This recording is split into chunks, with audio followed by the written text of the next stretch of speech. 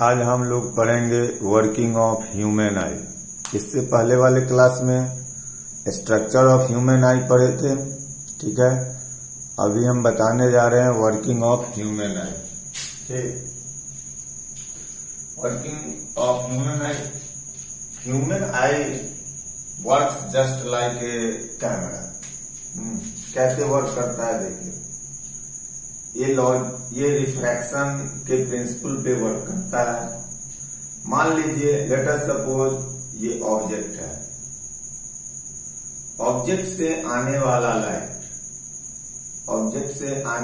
Light cornea से पास करता है। कॉर्निया से पास करने के बाद ये पुपिल से पास करते हुए लेंस पर आता है। ठीक, लेंस लाइट को रिफ्रैक्ट कर देता है, जिससे रिफ्रैक्शन के बाद ऑब्जेक्ट का इमेज रेटिना पे बनता है। जैसे इस पॉइंट से लाइट निकला है ना, ऑब्जेक्ट के टॉप से आया, कॉर्निया से पास किया, फिर पुपिल से पास किया, पुपिल से पास करने के बाद लेंस पे आया, लेंस लाइट को रिफ्रैक्ट कर दिया, रिफ्लेक्टेड यहाँ रेटिना पे आके कन्वर्ज होता है। ठीक, रेटिना पे कन्वर्ज होने के बाद रेटिना पे ऑब्जेक्ट का रियल एंड इन्वर्टेड इमेज का फॉर्मेशन होता है। अब देखिए ये पुपिल का क्या वर्क है, आइरिस का क्या वर्क है, लेंस का क्या वर्क है, सिलियरी मसल्स का क्या वर्क है। ठीक है, लाइट, जो रेज ऑफ लाइट ऑब्जेक्ट से निकल के आता है, कॉर्निया से पास करता है, पुपिल होते हुए लेंस पे आता है। पुपिल क्या करता है, pupil amount of light, intensity of light को कंट्रोल करता है। जब ब्राइट लाइट होता है तो ब्राइट लाइट में ये आइरिस एक्सपेंड करता है, आइरिस एक्सपेंड कर गया दोनों ओर से। ठीक है, इससे क्या होता है कि पुपिल छोटा हो जाता है। पुपिल छोटा हो जाता है, जितना लाइट आइलेंस पर आना चाहिए उतना ही लाइट को पुपिल आइलेंस पर आने देता है। डीम लाइट जब रहता है तो ये आइरिस कॉन्ट्रैक्ट कर जाता है, पुपिल का साइज बड़ा हो जाता है। ठीक, इससे क्या होता है कि जो अमाउंट ऑफ लाइट बड़ा होने से ज्यादा लाइट आइलेंस पे पड़ता है, और आइलेंस लाइट को रिफ्रैक्ट करता है और रेटिना पर इमेज बनाता है। ठीक है, तो पुपिल का क्या वर्क हो गया, controls the amount of light, controls the amount of light falling on आइलेंस।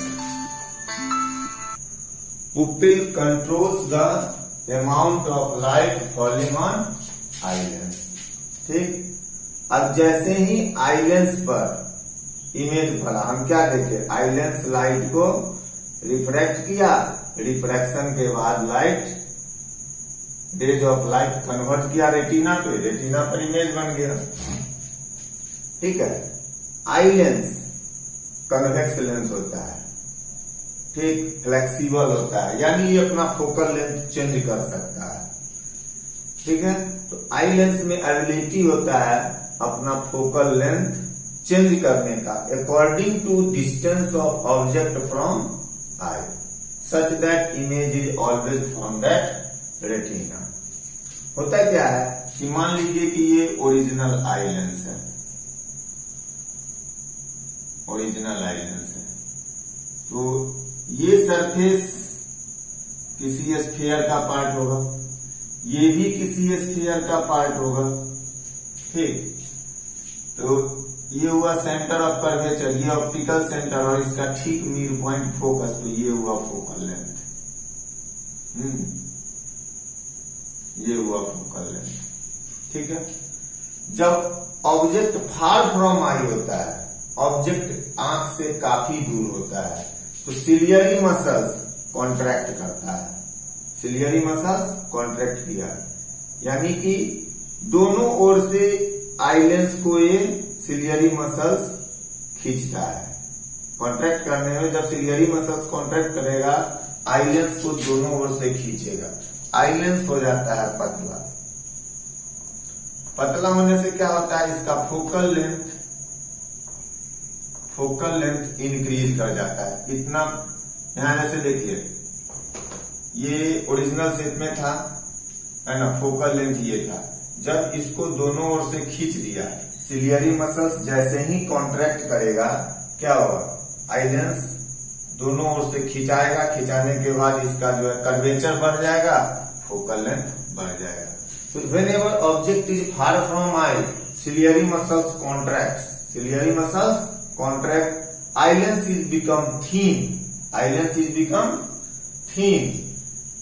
Its focal length increases in such a way that image is formed at retina. When object is nearby eye, ठीक, object जब आंख के नजदीक आता है, ciliary muscles expand, ciliary muscles expand करेगा, दोनों ओर से एक्सपेंड किया। एक्सपेंड करने से क्या होगा, ये सिलियरी मसल्स जब एक्सपेंड करेगा तो दोनों ओर से लेंस पे फोर्स लगाएगा। ठीक, जब लेंस पे दोनों ओर से लेंस को कंप्रेस करेगा, eye lens is become thick, focal length decrease है, फोकल लेंथ डिक्रीज है। फोकल लेंथ डिक्रीज करेगा, इस तरह से डिक्रीज करेगा कि फिर से ऑब्जेक्ट का इमेज रेटिना पे बनाएगा। कहने का क्या मीनिंग हुआ कि आई लेंस अपना फोकल लेंथ चेंज करता है, जिससे ऑब्जेक्ट का इमेज हमेशा रेटिना पे बनता है। आई लेंस के इस एबिलिटी को पावर ऑफ एकोमोडेशन बोला जाता है। ठीक है, बात समझ में आया, क्लियर है। चलिए आगे हम लोग देखते हैं। अब जैसे ही इमेज रेटिना पे बना, रेटिना के अंदर लाइट सेंसेटिव सेल्स होता है। ये light sensitive cell electric signal produce करता है। रेटिना पे इमेज बनते ही light sensitive cell electric signal उत्पन्न करता है। इलेक्ट्रिक इम्पल्स, इलेक्ट्रिक सिग्नल उत्पन्न करता है। ये इलेक्ट्रिक सिग्नल ऑप्टिक नर्व के द्वारा ब्रेन में जाता है, ब्रेन इंफॉर्मेशन को प्रोसेस करता है। ठीक है, और हमें इरेक्ट इमेज दिखाता है। रेटिना पे देखिए टॉप का यहाँ बॉटम में बना है और बॉटम का टॉप में, तो रेटिना पर जो इमेज बनता है वो इरेक्ट रियल होता है, इन्वर्टेड होता है। लेकिन जब इलेक्ट्रिक सिग्नल ब्रेन को पहुंचता है तो ये इन्वर्टेड इमेज को भी इरेक्ट करके दिखाता है, सीधा दिखाता है। क्लियर। अब ये जो पोजीशन है इसको ब्लाइंड स्पॉट कहते हैं। ब्लाइंड स्पॉट पे क्या होता है कि किसी तरह का लाइट सेंसिटिव सेल नहीं होता है। लाइट सेंसिटिव सेल नहीं होने के कारण अगर किसी ऑब्जेक्ट का इमेज ब्लाइंड स्पॉट पे बनता है तो यहां तो लाइट सेंसिटिव सेल है नहीं, तो इलेक्ट्रिक सिग्नल प्रोड्यूस नहीं होगा, जिस कारण से ब्रेन को इन्फॉर्मेशन नहीं पहुंचता है। इसीलिए किसी ऑब्जेक्ट का इमेज अगर ब्लाइंड स्पॉट पे बनता है तो ऑब्जेक्ट हमको दिखाई नहीं देता है। ठीक है। अब देखिए रेटिना में दो तरह का सेल होता है, rod cell, rods and cones. Rod cell होता है और कोन सेल होता है। ये नाम दिया गया शेप के हिसाब से। रड का क्या काम है? Rod cell are responsible for brightness. They help us to see in dim light. Rod cell जितना ज्यादा होगा उतना, है ना, डिम लाइट में हम लोग देख सकते हैं। Cone cell are responsible for colour. They help us to recognise the colour. ठीक है। लेकिन कोन सेल तभी एक्टिवेट होता है जब रड एक्टिवेट होता है ना। अगर रड जैसे डार्क अंधेरा है, अंधेरा में रड सेल एक्टिवेट नहीं हो पाता है। अंधेरा में हम लोग देख भी नहीं पाते हैं ढंग से, यानी देखते ही नहीं, कौन सा अंधेरा होगा। ह्यूमन का रड सेल उतना अधिक नहीं है कि बहुत ज्यादा अंधेरा में बहुत ज्यादा डार्क लाइट में देख ले। ठीक है। तो रड अंधेरा में एक्टिवेट नहीं होता है। उस समय क्या होता है, लोग कलर की भी पहचान नहीं कर पाते हैं, यानी कोन सेल भी एक्टिवेट नहीं होता है। ठीक है, तो कोन सेल तभी एक्टिवेट होता है जब रेड सेल एक्टिवेट होगा। क्लियर? ठीक है, अब देखिए हम लोग कलर ब्लाइंडनेस देखते हैं। कलर ब्लाइंडनेस, कलर ब्लाइंडनेस क्या होता है? अब हर एक कलर के लिए हमारे आंख में कोन सेल होते हैं। ठीक है, अगर किसी पार्टिकुलर कलर का कोन सेल नहीं हो तो वो कलर हम लोग रिकॉग्नाइज नहीं कर पाते हैं। इसी डिफेक्ट को क्या कहते हैं? Colour blindness. अगर किसी भी तरह का कोन सेल नहीं हो तो क्या होगा? सारा चीज हमको ब्लैक एंड व्हाइट दिखेगा। डार्क कलर ब्लैक दिखेगा और लाइट कलर व्हाइट दिखेगा। ठीक है, चलिए अब हम वर्किंग ऑफ ह्यूमन आई लिख देते हैं, आप लोग नोट्स बना लीजिएगा। Okay, working of human I. The rays of light coming from an object passes through cornea, then through pupil and falls on eye lens. ठीक है, pupil controls the amount of light falling on lens. In case of bright light, iris expand. So pupil is become small and only limited required rays of light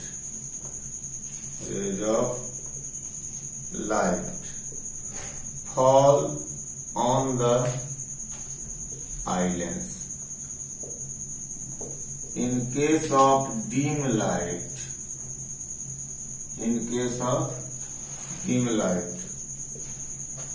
pupil contract.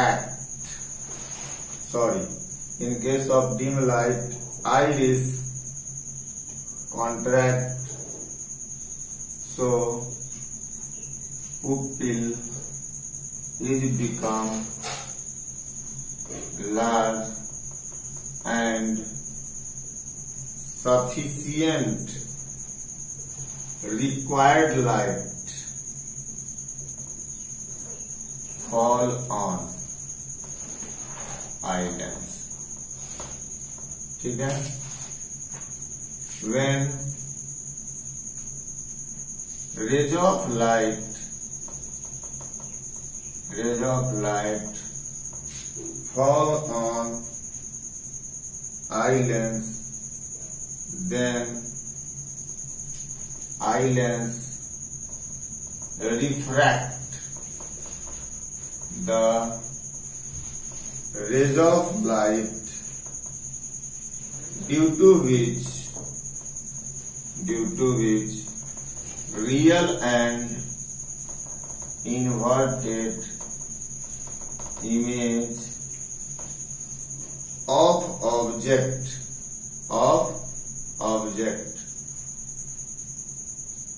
forms at retina. Clear? Note कीजिए।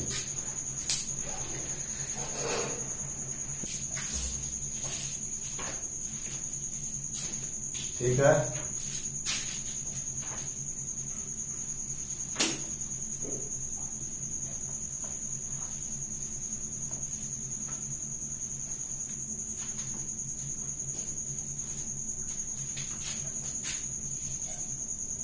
eye lens has ability to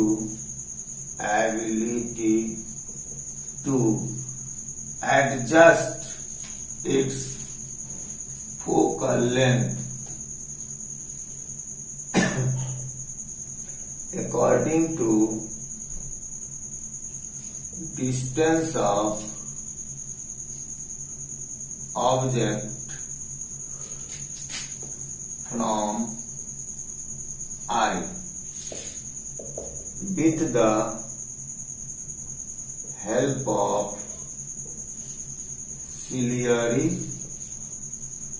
muscles so that image is always from that retina. This ability is called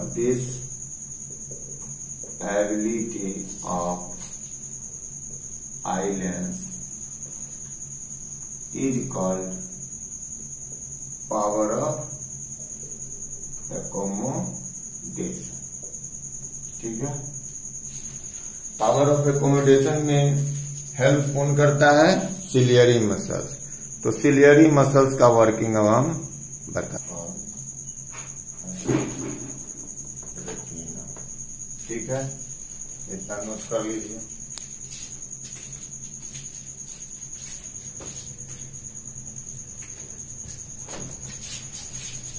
of कर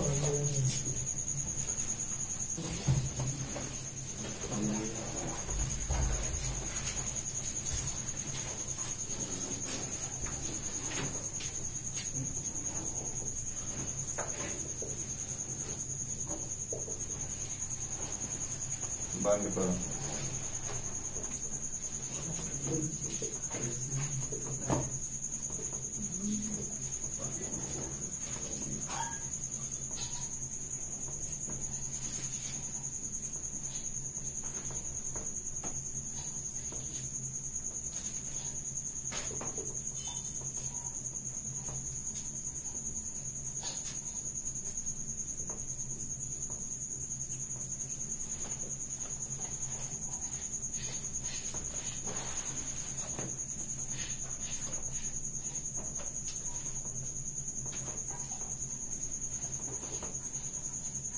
चालू करो,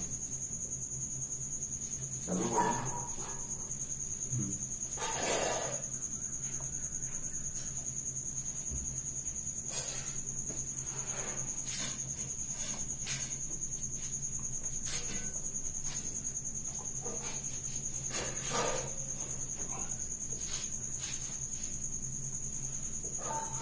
फिर बंद करो।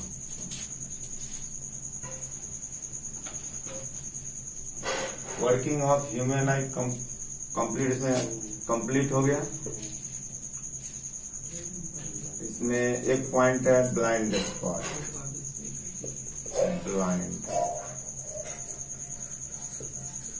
Spot,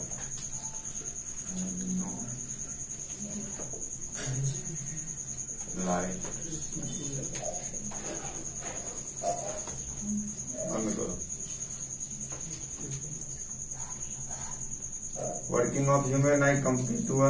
इसका notes आप लोग वीडियो पॉज कर करके बना लें।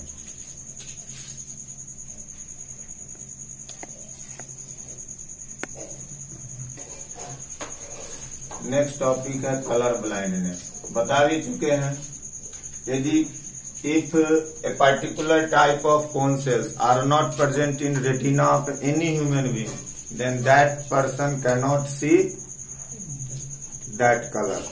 ठीक है, this defect of eye is called colour blindness. ठीक, कलर ब्लाइंडनेस जो होता है वो बाय बर्थ होता है और इसका कोई भी ट्रीटमेंट नहीं है। ओके,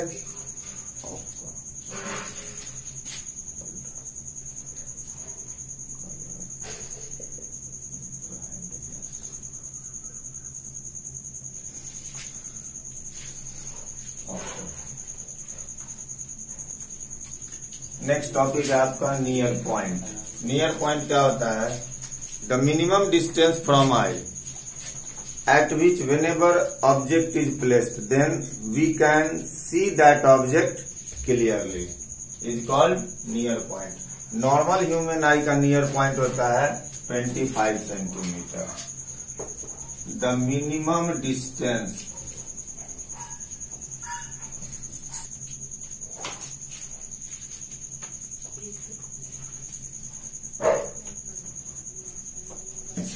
ठीक है। फार पॉइंट क्या होता है कि आई से मैक्सिमम डिस्टेंस जहां तक हम लोग देख सकते हैं क्या कहलाता है, फार पॉइंट।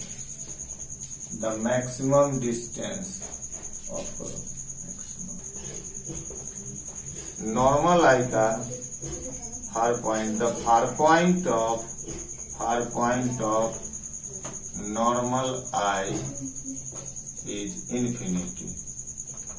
यानी कि रेंज ऑफ विजन क्या हो गया, कहां से कहां तक देख सकता है नॉर्मल आई, तो इन्फिनिटी से लेके 25 सेंटीमीटर तक। तो रेंज ऑफ विजन कितना हो जाएगा, फ्रॉम इन्फिनिटी टू 25 सेंटीमीटर। ठीक है, एनवायरमेंट तो देखता है, एटमॉस्फेयर भी देखता है। ठीक है।